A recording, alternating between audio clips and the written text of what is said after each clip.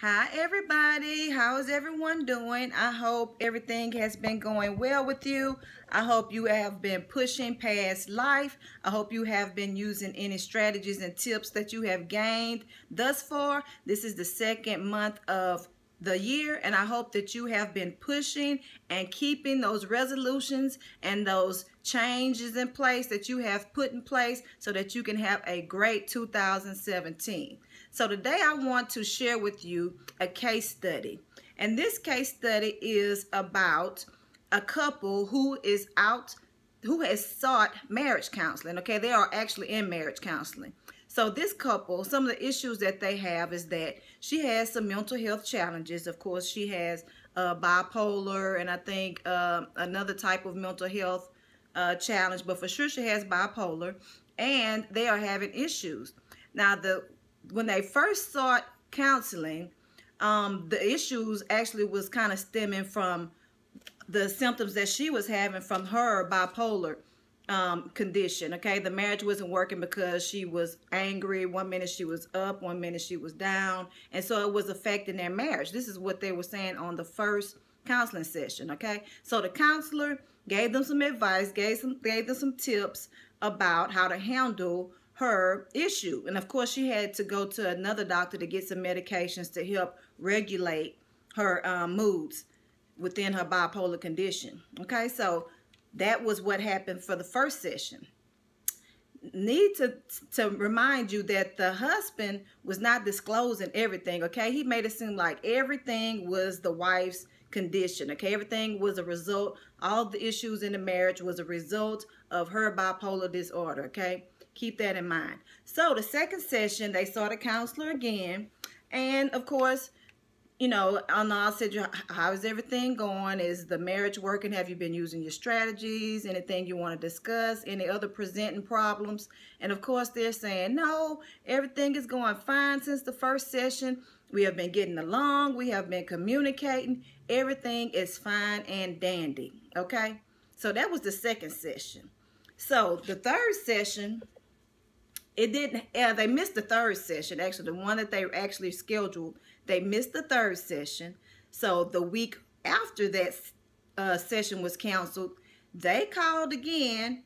And of course, let me remind you that the counselor is pretty keen, okay? He knew that some things were not being disclosed. He knew that it was more to the story than what was being told during the session. And he knew that, of course, it wasn't just the wife. It just wasn't one side of the story. It wasn't just the wife that was causing the problems. But, you know, he let it play out. And he knew that sooner or later it was going to come out.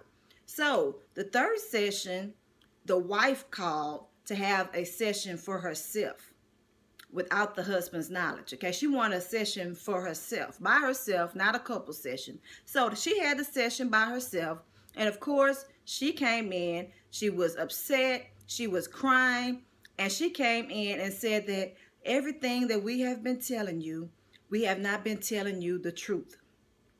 He's not telling you the truth.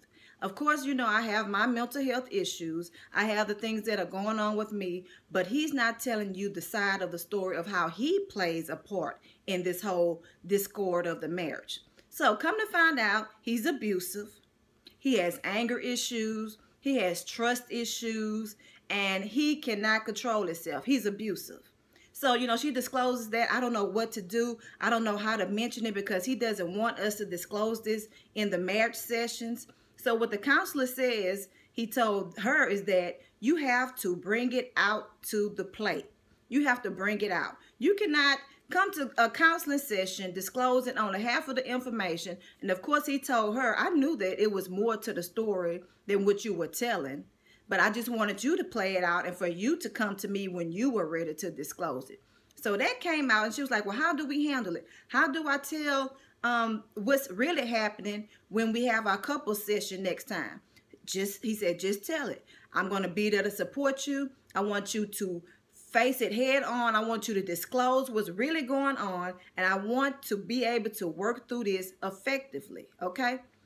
That's the number one key in counseling. You have to disclose information because the counselor is there to help you. I mean, if you're going to counseling, it means that it's not just one person with the problem. Both of us need to come up with strategies and tips and tools to help us work through our marriage. So the next session, they had the couples counseling session again. So they go to the session and the counselor says, okay, how's everything going? Anything new? Anything we want to talk about this session? You know, anything that's going on with the relationship? Do y'all want to tell me anything? So she starts off by saying, I told him everything already. Oh, so the husband said, yes. She told me that she told you everything about the abuse, the distrust, the control. She told me she told you everything. Well, okay, the counselor said, so now what are we going to do about it?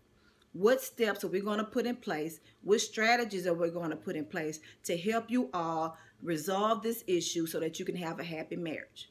And of course, she breaks down. She doesn't want to be in a marriage because he has abused her emotionally, mentally, physically, and he doesn't even know that what he's been doing is wrong. And he's like, I love her so much, and I just don't, I just don't want her to leave me. That is not an option. So she's breaking down and crying. What are we going to do? I don't want to be with you. You talk to me bad. You tell me things that are negative about how I look, how I'm a failure, how I'm, just everything is just negative. And so they had this big fight over the holiday, and it was awful. And they didn't disclose that at first, but now everything is coming out in the open, right? So this is like the true point of where they can start working on their marriage and resolving the issues, because now they're being truthful, they're telling everything. But if you don't reveal the truth, if you don't tell everything within the sessions, then there's no way for you to get the help that you need. That's just, counseling 101.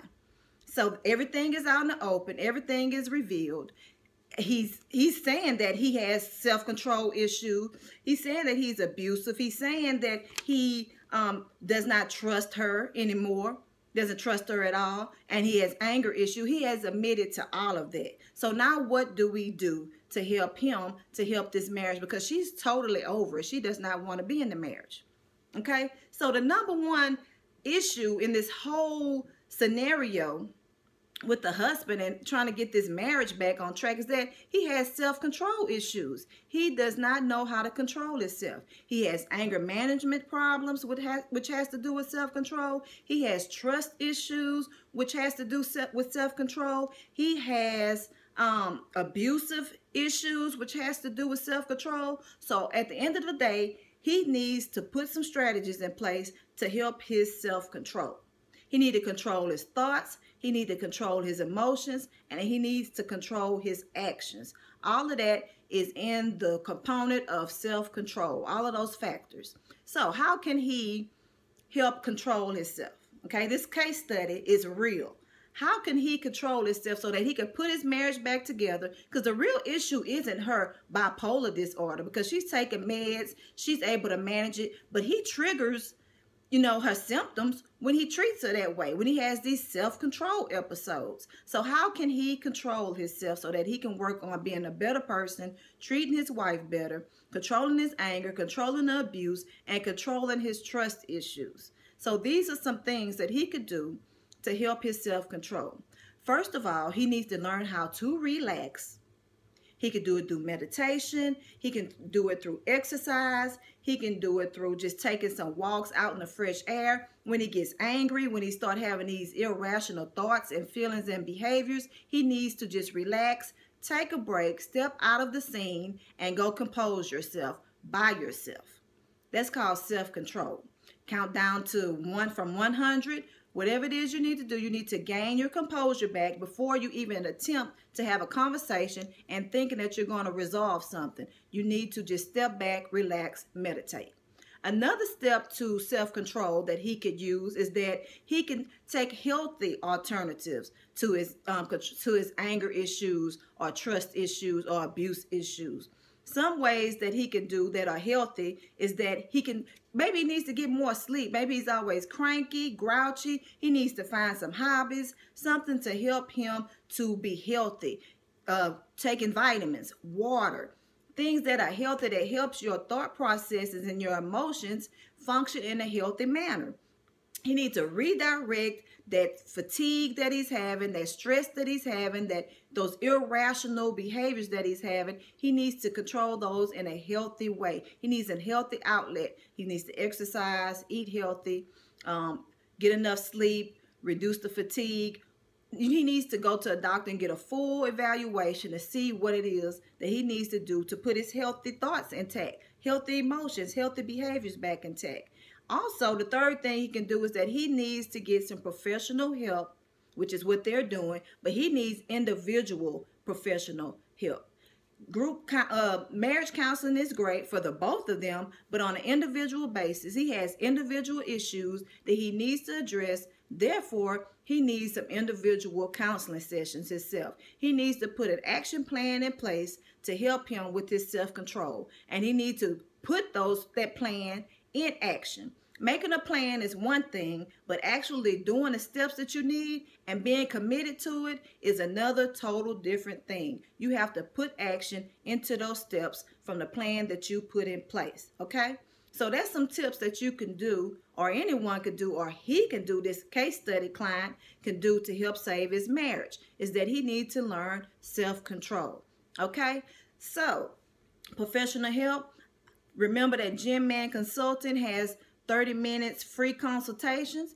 I help you put plans in place, action plans in place, whether it's self-control, self-discipline, self-esteem, any of those selves that you may need help with. You need professional help to put a plan in place. And then once you have a plan in place, then you can get into the action of doing the things that you need to do.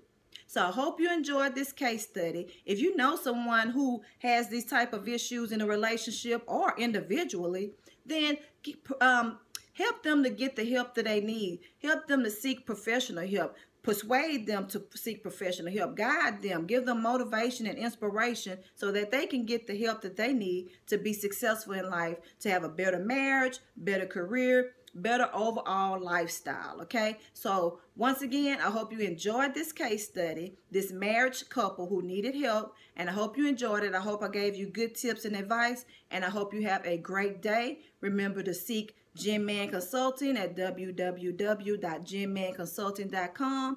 Get your free resources, get some tips and motivation. Also, remember 30-minute free consultation on whatever issue that you have so that you can get your action plan in place and you can start putting the things in place and doing the actions and the strategies that you need to be a better person. So have a great day. See you next time.